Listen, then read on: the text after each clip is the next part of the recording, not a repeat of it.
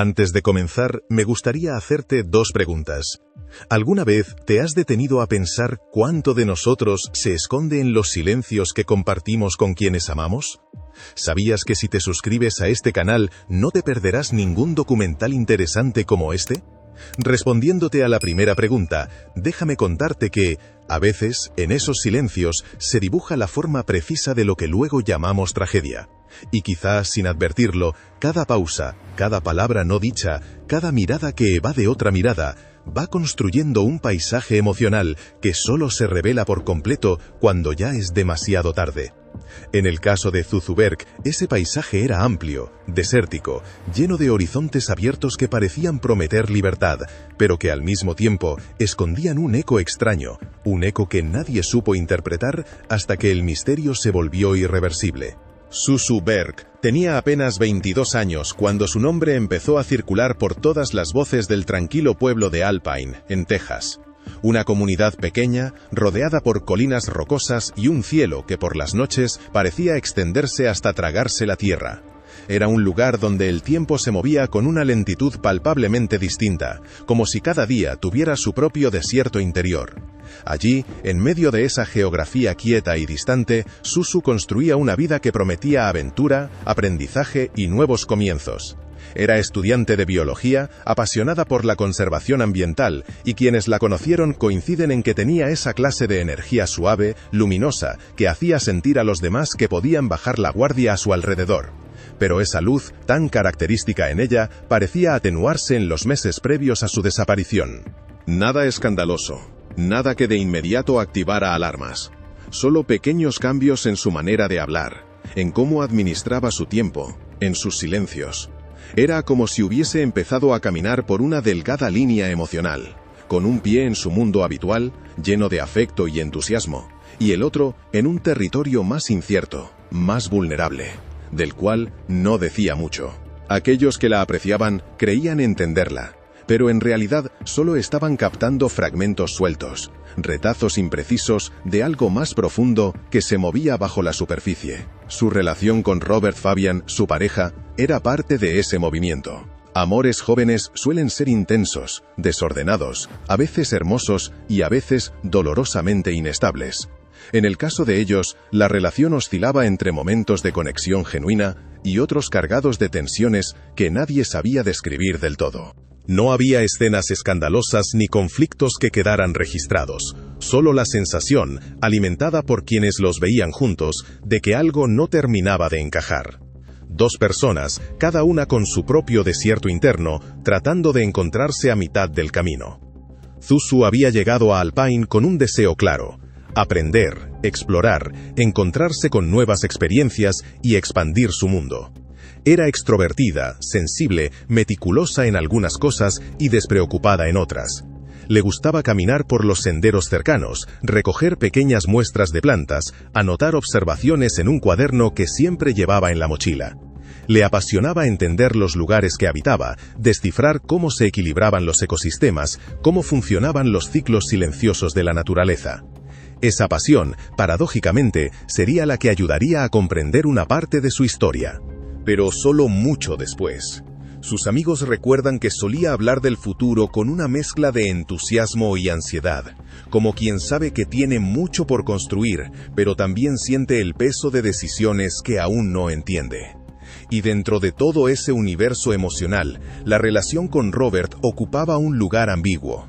No era precisamente tóxica en un sentido evidente, pero tampoco parecía darle la estabilidad que buscaba. A veces se distanciaban, otras veces volvían a intentarlo. Sus vidas se entrelazaban y separaban como si siguieran ciclos que ninguno de los dos sabía controlar del todo.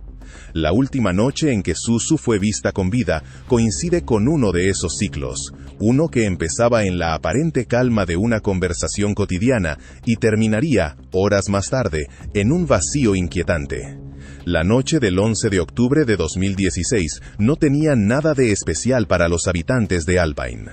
Era una noche tibia, silenciosa, con la brisa habitual que corre entre las colinas. En los apartamentos donde vivían muchos estudiantes universitarios, las luces se encendían y apagaban al ritmo de tareas, conversaciones y preparativos para el día siguiente. Susu, como cualquier otra estudiante, parecía tener planes sencillos: descansar, ponerse al día con algunos pendientes académicos y quizá hablar con algunos amigos. Pero en algún punto de esa noche, sus pasos se dirigieron hacia el apartamento de Robert, su entonces novio, y la historia empezó su descenso hacia un misterio que aún hoy provoca escalofríos. Según el propio Robert, Susu estuvo con él esa noche. Hablaron, discutieron, conversaron sobre la relación, sobre lo que estaba funcionando y lo que no. Nada fuera de lo común para dos jóvenes intentando entenderse en medio de un paisaje emocional complejo. Pero lo que ocurrió después quedó envuelto en brumas, silencios y contradicciones. Robert afirmó que Susu se fue de su apartamento alrededor de medianoche, que se marchó caminando, que él no la acompañó, que no sabía nada más. Esa sería su versión, una versión que, más tarde, no lograría sostenerse sin fisuras. Esa madrugada, ningún vecino reportó haber visto a Susu caminando por las calles. Ninguna cámara la captó. Nadie escuchó pasos apresurados ni observó una silueta joven cruzando el estacionamiento. Era como si la joven hubiese desaparecido entre un segundo y otro, como si el aire la hubiese tragado sin previo aviso. A la mañana siguiente, su ausencia empezó a incomodar a quienes la conocían. No era habitual que Susu se desconectara sin avisar. No respondía mensajes. No asistió a compromisos importantes.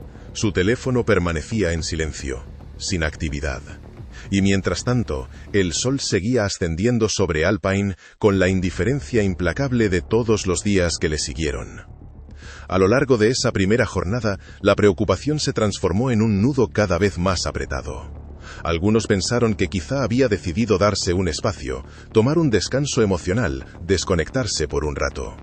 Otros sintieron algo más visceral, una inquietud que no podían explicar. Como si el silencio de Susu no fuera producto de una decisión, sino de algo mucho más sombrío. Cuando finalmente se reportó su desaparición, el pequeño pueblo se encontró mirando hacia un abismo inesperado. Una joven conocida y querida había desaparecido sin dejar rastro en una comunidad donde casi todos reconocían el rostro del otro. Y en ese tipo de lugares, el misterio no solo inquieta, también expone. Con el paso de las horas, la búsqueda se volvió frenética. Grupos de voluntarios se unieron, drones sobrevolaron áreas amplias, perros rastreadores siguieron olores que se desvanecían entre matorrales áridos y kilómetros de tierra seca. Familias locales, estudiantes, agentes policiales, todos empezaron a recorrer caminos, barrancos y senderos, como si intentaran desentrañar un acertijo que el propio paisaje se negaba a revelar. Y mientras la búsqueda se extendía hacia el horizonte, el círculo emocional que rodeaba a Susu empezó también a abrirse. Cada relación, cada conversación, cada vínculo fue revisado con cuidado. ¿Quién la vio por última vez? ¿Qué estaba pasando en su vida durante esas semanas? ¿Había señales invisibles que nadie supo leer? El nombre de Robert emergió inevitablemente. No porque las autoridades lo señalaran de inmediato, sino porque en los relatos de quienes conocían a Susu, esa relación era como un hilo que se tensaba y se rompía constantemente, dejando marcas difíciles de ignorar. Algunos amigos mencionaron discusiones recientes, sensaciones incómodas, momentos en los que vieron a Susu más ansiosa, más introspectiva. Otros recordaron que ella había pensado en distanciarse de Robert, que no estaba segura de querer continuar la relación. Todo eso, en retrospectiva, configuraba un mapa emocional que empezaba a adquirir un peso distinto. La investigación, sin embargo, no podía descansar solo en percepciones subjetivas, necesitaba hechos, fechas, huellas, movimientos precisos. Y en esos primeros días, los hechos escaseaban como el agua en el desierto que rodeaba Alpine. Lo único claro era esto: Susu Berg ya no estaba. Y todo lo que rodeaba su última noche se había convertido en un rompecabezas donde cada pieza parecía pertenecer a un cuadro distinto. La comunidad esperaba respuestas. Las autoridades empezaron a presionar. Y el silencio, ese mismo silencio que alguna vez marcó su relación con Robert, comenzaba a adquirir un tono ominoso, como si guardara dentro de sí una verdad demasiado pesada. Y entonces, muy lentamente, las contradicciones empezaron a aflorar.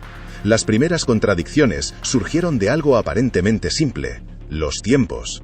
En casos de desaparición, los minutos importan tanto como las horas, y cada movimiento se vuelve una línea trazada sobre arena húmeda, frágil, constante, reveladora. La versión de Robert decía que Suzu había salido de su apartamento alrededor de la medianoche, pero su propio comportamiento después no encajaba del todo con la imagen de un joven preocupado por alguien a quien decía querer. No llamó para saber si había llegado bien. No preguntó a sus amigos si la habían visto. No mostró inquietud inmediata cuando ella dejó de responder mensajes al día siguiente. Ese vacío emocional, esa ausencia de gestos básicos, comenzó a sentirse como un eco que resonaba demasiado fuerte en el silencio del caso. Quienes conocían a Suzu sabían que ella no era de desaparecer. No era impulsiva en ese sentido.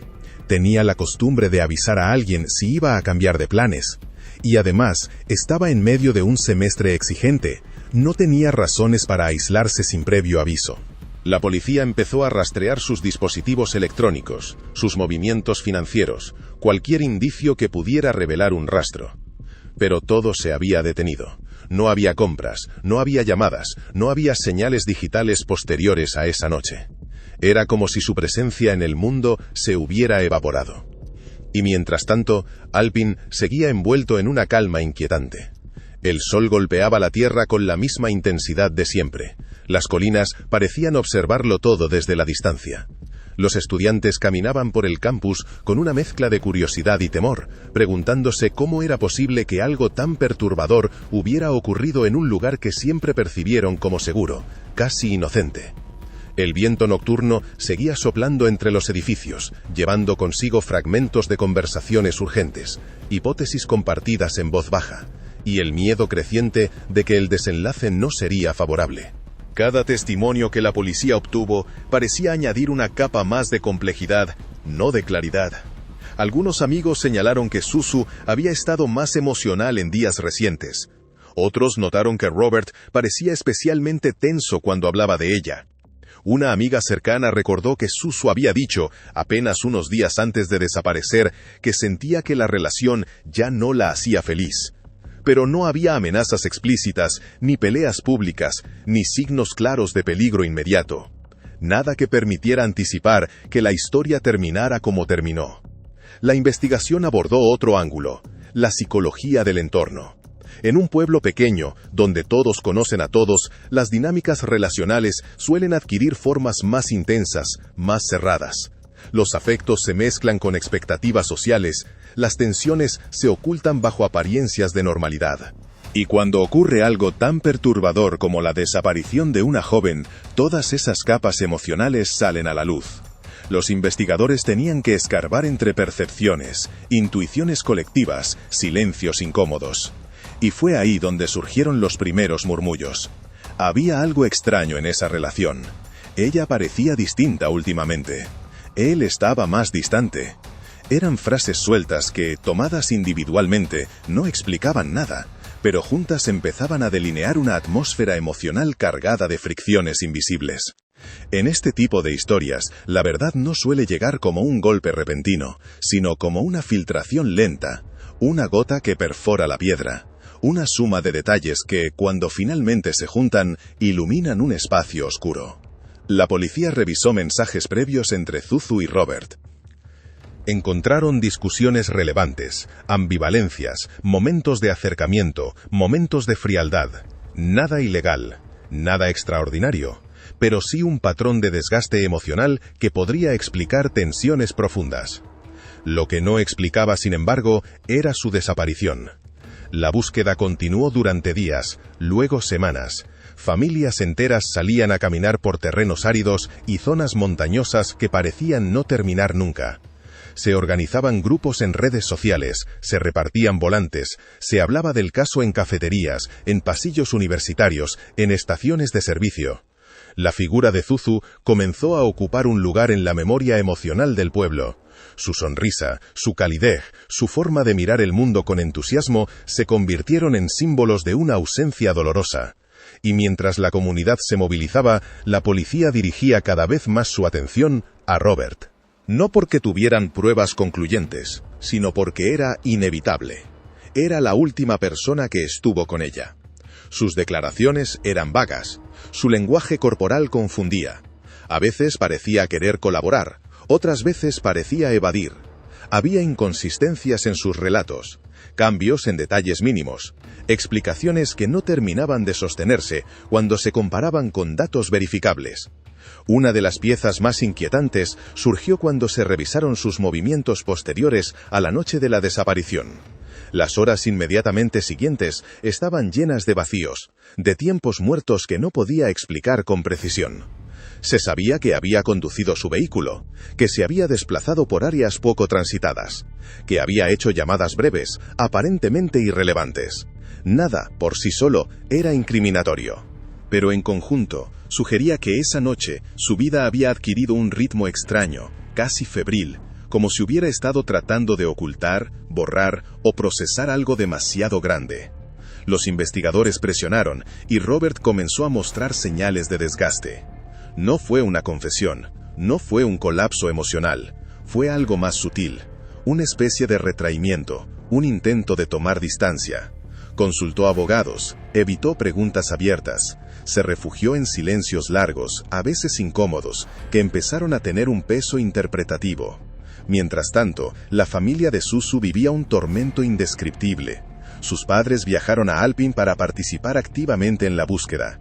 Cada día caminaban por zonas donde la tierra era dura, seca, polvorienta. Cada paso que daban parecía estar cargado de esperanza y miedo al mismo tiempo. Esperanza de encontrar a su hija con vida. Miedo de encontrar cualquier indicio que confirmara lo contrario. Las entrevistas con los medios revelaban rostros tensos, voces quebradas, un dolor contenido que se volvía cada vez más visible con el paso de los días. Si algo caracterizó esa etapa de la investigación, fue la sensación de que el caso se movía entre sombras. Nada era nítido, nada era evidente. La policía tenía sospechas, pero no pruebas. La comunidad tenía teorías, pero no certezas. Y el desierto, ese vasto testigo silencioso, parecía guardar la clave de todo. En su inmensidad, un cuerpo podía permanecer oculto por meses o años sin ser hallado. Y sin un cuerpo, las posibilidades de esclarecer un crimen disminuyen drásticamente. Hubo testimonios recreados basados en lo que amigos y conocidos declararon. Uno de ellos recordaba haber visto a Susu días antes, sonriendo de manera distinta, como si intentara esconder una preocupación. Otro mencionó que ella había comentado que necesitaba tomar decisiones pronto, pero sin especificar cuáles. Una amiga cercana dijo que había percibido un cansancio emocional en Susu, algo que iba más allá del estrés académico. Todos estos fragmentos conformaban un retrato complejo, el de una joven que atravesaba una etapa de transición emocional, vulnerable y quizá más sola de lo que sus seres queridos imaginaban. A medida que la presión aumentaba, Robert se convirtió, en la mirada de muchos, en el punto central del misterio. La policía analizó su teléfono, su coche, su apartamento. Encontraron indicios de limpieza inusual, un olor extraño, restos que, aunque no concluyentes, sugerían que algo había sido alterado en esas horas críticas. Nada de esto era suficiente para una acusación formal, pero sí era suficiente para alimentar una inquietud profunda. El tiempo pasó. El silencio creció. Susu no aparecía. Y las preguntas sin respuesta comenzaron a pesar como piedras. Los investigadores sabían que, sin un hallazgo físico, todo lo demás era un castillo de hipótesis. Con el paso de los meses, el caso comenzó a adquirir un tono desesperante. Pero Alpine es un lugar donde el clima, el viento y la tierra terminan por revelar lo que los seres humanos intentan ocultar. Y, casi 4 meses después de la desaparición, el desierto habló. Fue a finales de febrero cuando un trabajador del US Border Patrol, que realizaba una inspección rutinaria en un área remota entre Presidio y Alpine, percibió algo fuera de lugar en medio del terreno árido. A simple vista, No era más que un conjunto de huesos parcialmente expuestos entre la maleza seca, esparcidos como si el viento los hubiera movido durante semanas. El desierto, con su aparente quietud, tenía la costumbre de preservar y desordenar al mismo tiempo. El hombre detuvo su camioneta, bajó lentamente y observó con cuidado. Algo en aquella escena lo hizo llamar a la oficina del sheriff sin dudar. Los agentes que acudieron al lugar reconocieron inmediatamente la gravedad del hallazgo. El paisaje era amplio, silencioso, hostil. Una extensión de tierra que parecía infinita y que, sin embargo, había guardado ese cuerpo durante meses sin que nadie lo notara. No había marcas visibles de violencia extrema, solo la evidencia natural del paso del tiempo, la descomposición y la acción de animales salvajes. En un primer momento, la policía no podía confirmar la identidad, pero aquellos que habían seguido el caso desde el principio sintieron una punzada en el pecho. Era muy probable que hubieran encontrado a Suzu. Los restos fueron trasladados discretamente para su análisis. La comunidad entera contuvo el aliento durante días. Algunos medios locales empezaron a mencionar la posibilidad, aunque sin afirmarlo. Los padres de Suzu, quienes se habían mantenido en Alpine para seguir de cerca la investigación, fueron informados antes que nadie. Se prepararon para lo peor, pero con una esperanza mínima, casi simbólica, de que los análisis revelaran otra cosa. Sabían, sin embargo, que el desierto no miente. No inventa historias, solo las revela con retraso. Cuando finalmente se confirmó que los restos pertenecían a Suzuberg, una ola de dolor recorrió la ciudad. No hubo gritos. No hubo escándalos, solo un silencio denso, pesado, como una manta que cubría cada conversación. Los alumnos de la universidad guardaron momentos de quietud. Los vecinos dejaron flores cerca del campus. Los amigos de Suzu se reunieron en pequeños grupos, compartiendo recuerdos, abrazándose en un intento desesperado de sostenerse unos a otros. La muerte de una persona joven siempre es un quiebre. Pero cuando ese final llega envuelto en misterio, en ausencia, en meses de incertidumbre, el quiebre se vuelve aún más profundo. Para los investigadores, el hallazgo significó un giro decisivo. El rompecabezas que antes era etéreo, que flotaba entre hipótesis y silencios, comenzaba por fin a solidificarse. Con un cuerpo, por deteriorado que estuviera, surgían oportunidades de reconstruir una línea temporal, de identificar lesiones, de estudiar restos de fibras, fragmentos de ropa, huellas ambientales. No era fácil. 4 meses en el desierto son suficientes para borrar casi todo. Pero no borran patrones, no borran intenciones, no borran decisiones humanas. Los familiares de Suzu participaron en el proceso de identificación con dignidad solemne, aunque profundamente devastadora. No existían palabras para describir el dolor de recibir la confirmación final de que su hija no solo estaba desaparecida, sino que había perdido la vida en circunstancias que aún no podían comprender. Habían pasado meses buscando alguna señal de esperanza, alguna pista que permitiera imaginar un final distinto. Pero ahora, con la certeza frente a ellos, debían enfrentar la realidad más cruda. Alguien sabía qué le había ocurrido a Suzu. Alguien había estado con ella en sus últimas horas. Alguien había tomado decisiones que terminaron con su vida, y luego había ocultado su cuerpo en un lugar tan lejano y solitario que parecía calculado para que jamás fuera encontrado. La investigación regresó entonces a su punto central, Robert Fabian. El joven había mantenido, durante esos meses, una actitud que oscilaba entre la distancia emocional y la postura legalista. Nunca confesó nada, nunca mostró un colapso emocional visible. Se mantenía firme en su versión, que Suzu se había ido caminando aquella noche, sin que él supiera nada más. Pero ahora, esa versión no podía sostenerse. El hallazgo del cuerpo generaba preguntas que él no parecía dispuesto ni capaz de responder. La policía comenzó a reconstruir posibles rutas, trazó mapas, estudió caminos de tierra alejados del tránsito cotidiano. Comparó los tiempos de desplazamiento con los registros telefónicos y de localización. Revisó cámaras en estaciones de servicio, tiendas abiertas durante la madrugada y carreteras cercanas. Algunas imágenes mostraban un coche similar al de Robert circulando por una zona que no coincidía con ninguna declaración previa. No era evidencia concluyente, pero sí lo suficiente para que los agentes lo consideraran un patrón repetido. Movimientos sin explicación, horas sin justificar, coincidencias que dejaban de ser coincidencias cuando se conectaban entre sí. Uno de los momentos más tensos de la investigación ocurrió cuando los agentes volvieron a entrevistar a Robert y le preguntaron directamente por qué su coche había sido visto en áreas cercanas al lugar donde se encontraron los restos. Él respondió con calma que no recordaba haber estado allí, que tal vez había conducido sin un destino claro, que no sabía por qué lo registraban en esas coordenadas. Esa incapacidad de ofrecer explicaciones precisas generó aún más sospechas. Para entonces, Alpine ya había construido su propia narrativa colectiva. Las conversaciones en los cafés, en las casas, en las colinas donde algunos aún buscaban respuestas, giraban alrededor de la misma pregunta: ¿qué había pasado esa noche? ¿Qué llevó a una joven amable, brillante, idealista, a cruzar un umbral que la llevaría a un destino tan fatídico? El análisis psicológico del entorno comenzó a adquirir un nuevo matiz. Algunos profesores universitarios que habían conocido a Suzu desde su llegada al campus hablaron de su sensibilidad, de su modo introspectivo de observar el mundo.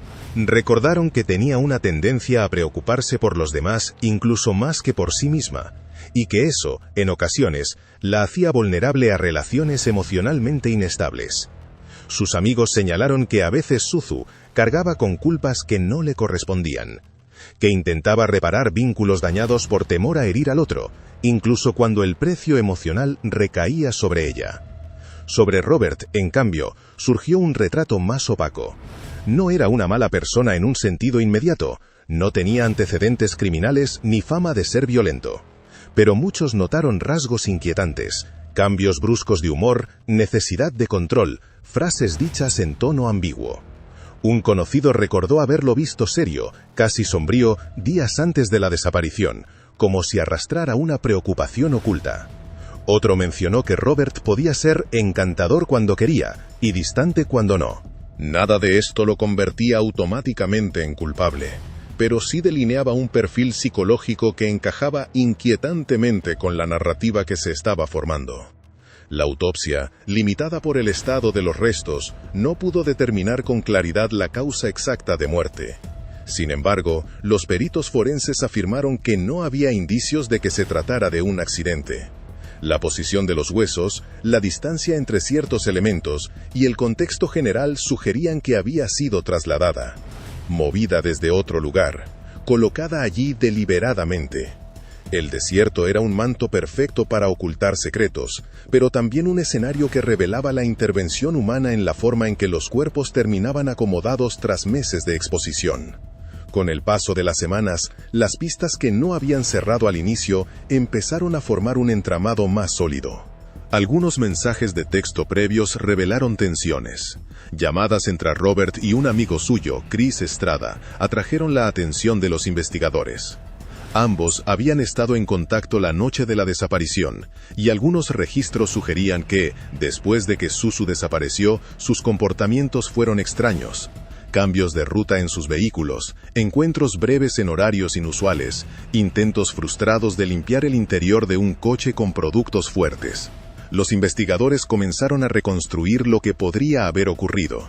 Una discusión entre Robert y Suzu, un impulso, un momento de tensión que se salió de control. No había evidencia gráfica, ni testigos directos que confirmaran esa teoría, pero la combinación de contradicciones, silencios, rastros de movimientos y la presencia del cuerpo a decenas de kilómetros apuntaba hacia una misma dirección. Lo que siguió fue una acumulación creciente de tensión. La comunidad pedía respuestas. La familia de Suzu exigía justicia. La prensa local comenzaba a denunciar posibles negligencias, lentitud en la recolección de pruebas y un trato excesivamente indulgente hacia los sospechosos iniciales. Todo el caso estaba en un punto de inflexión. Y entonces, de manera casi inevitable, llegaron los cargos. Pero no sería tan simple. Nada en esta historia lo era. Los cargos llegaron primero como un murmullo, luego como una oleada que parecía arrastrar consigo meses de tensión contenida. La Fiscalía acusó formalmente a Robert Fabián de manipulación de evidencia y de actuar para ocultar un cadáver. No era todavía un cargo de homicidio. La causa de muerte no podía establecerse de manera concluyente debido al estado de los restos. Pero, en la interpretación de la ley, su conducta posterior a la desaparición de Zuzu, la limpieza del apartamento, los desplazamientos inexplicables, las contradicciones, el silencio, era suficiente para sostener que había participado activamente en encubrir lo ocurrido. También se presentaron cargos contra su amigo, Chris Estrada, por asistencia posterior. Ambos negaron cualquier participación directa en la muerte de Zuzu, pero la evidencia circunstancial empezaba a pesar demasiado. Aún así, el caso no estaba cerca de resolverse por completo. No había confesión, no había un relato claro, no había un cierre emocional, solo un cúmulo de preguntas que seguían golpeando las paredes de la investigación como un viento que insiste sin descanso. El juicio fue largo, tenso y profundamente emocional para la familia de Zuzu. Los abogados defensores se concentraron en sembrar dudas. Alegaron que no existían pruebas directas que vincularan a Robert con la muerte. Señalaron la ausencia de lesiones evidentes en los restos. Sugirieron la posibilidad, remota pero posible, de que Zuzu hubiera dejado el apartamento por decisión propia y sufrido un accidente en el desierto. Era una teoría endeble, casi desesperada, que no convencía a muchos. Pero en una sala de audiencias, incluso las teorías improbables pueden alterar el rumbo si logran instalar incertidumbre. Los padres de Zuzu asistieron a cada sesión, sentados en silencio, con el dolor evidente pero con una dignidad que conmovía incluso a quienes solo habían oído hablar de ella en los periódicos. Miraban a Robert con una mezcla de tristeza y desconcierto. Nunca hubo odio en su mirada. Nunca hubo rencor explícito. Había algo más profundo, la necesidad de entender, la necesidad de encontrar una respuesta a la pregunta que los había perseguido durante meses. ¿Por qué? En los testimonios recreados, basados en declaraciones reales, varios amigos contaron cómo había sido la relación entre Zuzu y Robert. Describieron momentos de cariño, sí, pero también episodios de tensión, de distancia, de una dinámica en la que ella parecía esforzarse más de lo que recibía a cambio. Señalaron que Zuzu, días antes de desaparecer, había dicho que quería terminar la relación, que algo ya no funcionaba, que necesitaba espacio. Ese tipo de revelaciones, dichas en una sala llena de extraños, caían como piedras silenciosas en el suelo de la narrativa judicial. Sin embargo, lo que más pesaba no era un testimonio específico, sino la acumulación de hechos que apuntaban en la misma dirección. Zuzu entró al apartamento de Robert aquella noche, y nunca salió con vida. Nadie más tuvo contacto con ella. Nadie más estuvo presente. Ningún movimiento digital, ninguna llamada, ningún registro posterior mostró actividad alguna. El punto final de su existencia pública se encontraba allí, en ese apartamento, detrás de una puerta que Robert había cerrado. El juicio no logró establecer una causa exacta de muerte, pero sí logró demostrar que Robert había participado en ocultar el cuerpo. Él lo negó, pero los rastros, pequeños, persistentes, enlazados con precisión, contaban una historia distinta. La acumulación de indicios llevó al jurado a declarar culpable a Robert Fabián por manipulación de evidencia y por ocultar el cadáver de Zuzu. Fue sentenciado a una pena que, si bien significativa, dejó a muchos insatisfechos. Para la familia, la sensación era ambigua. Había justicia, pero no verdad. Había una condena, pero no una confesión. Había un final jurídico, pero no un final emocional. La comunidad de Alpine recibió la noticia del veredicto con una mezcla de alivio y vacío. Durante meses, casi un año completo, el caso había sido una sombra permanente en el pueblo. Había cambiado rutinas, había alimentado temores, había despertado reflexiones profundas sobre la vulnerabilidad humana y la fragilidad de las relaciones. Cuando se anunció la sentencia, algunas personas lloraron, otras simplemente guardaron silencio. Nadie celebró. No había nada que celebrar. La familia de Zuzu organizó una ceremonia íntima para despedirla, ya con la certeza de que su hija no volvería jamás. Sus amigos escribieron cartas, dejaron flores, compartieron historias sobre su risa, su bondad, su manera particular de ver el mundo. No la recordaban por la forma en que murió, sino por la forma en que vivió. Apasionada, curiosa, sensible, con una fuerza interior que, paradójicamente, a veces la hacía más vulnerable ante quienes no podían corresponderle con la misma luz. Con el tiempo, algunos detalles del caso fueron quedando atrás. Alpine recuperó su rutina lentamente, pero la ausencia de cierre total seguía flotando en el aire. Ninguna investigación posterior logró desentrañar qué ocurrió exactamente en los últimos minutos de vida de Suzu. Nadie supo si hubo un accidente, una discusión que se desbordó, un impulso repentino o un acto deliberado. Y esa falta de claridad se convirtió en una herida abierta que jamás cerró del todo. Los psicólogos que más tarde analizaron el caso hablaron de un fenómeno dolorosamente común: la incapacidad humana de enfrentar nuestras propias sombras internas. En relaciones que se deterioran, en emociones que se vuelven demasiado intensas, en instantes de ira o desesperación, hay momentos en que la vulnerabilidad de una persona se cruza con la fragilidad emocional de otra. Y cuando eso ocurre, sin herramientas, sin límites, sin claridad, el resultado puede ser devastador. El desierto que escondió el cuerpo de Suzu durante meses se convirtió en un símbolo involuntario.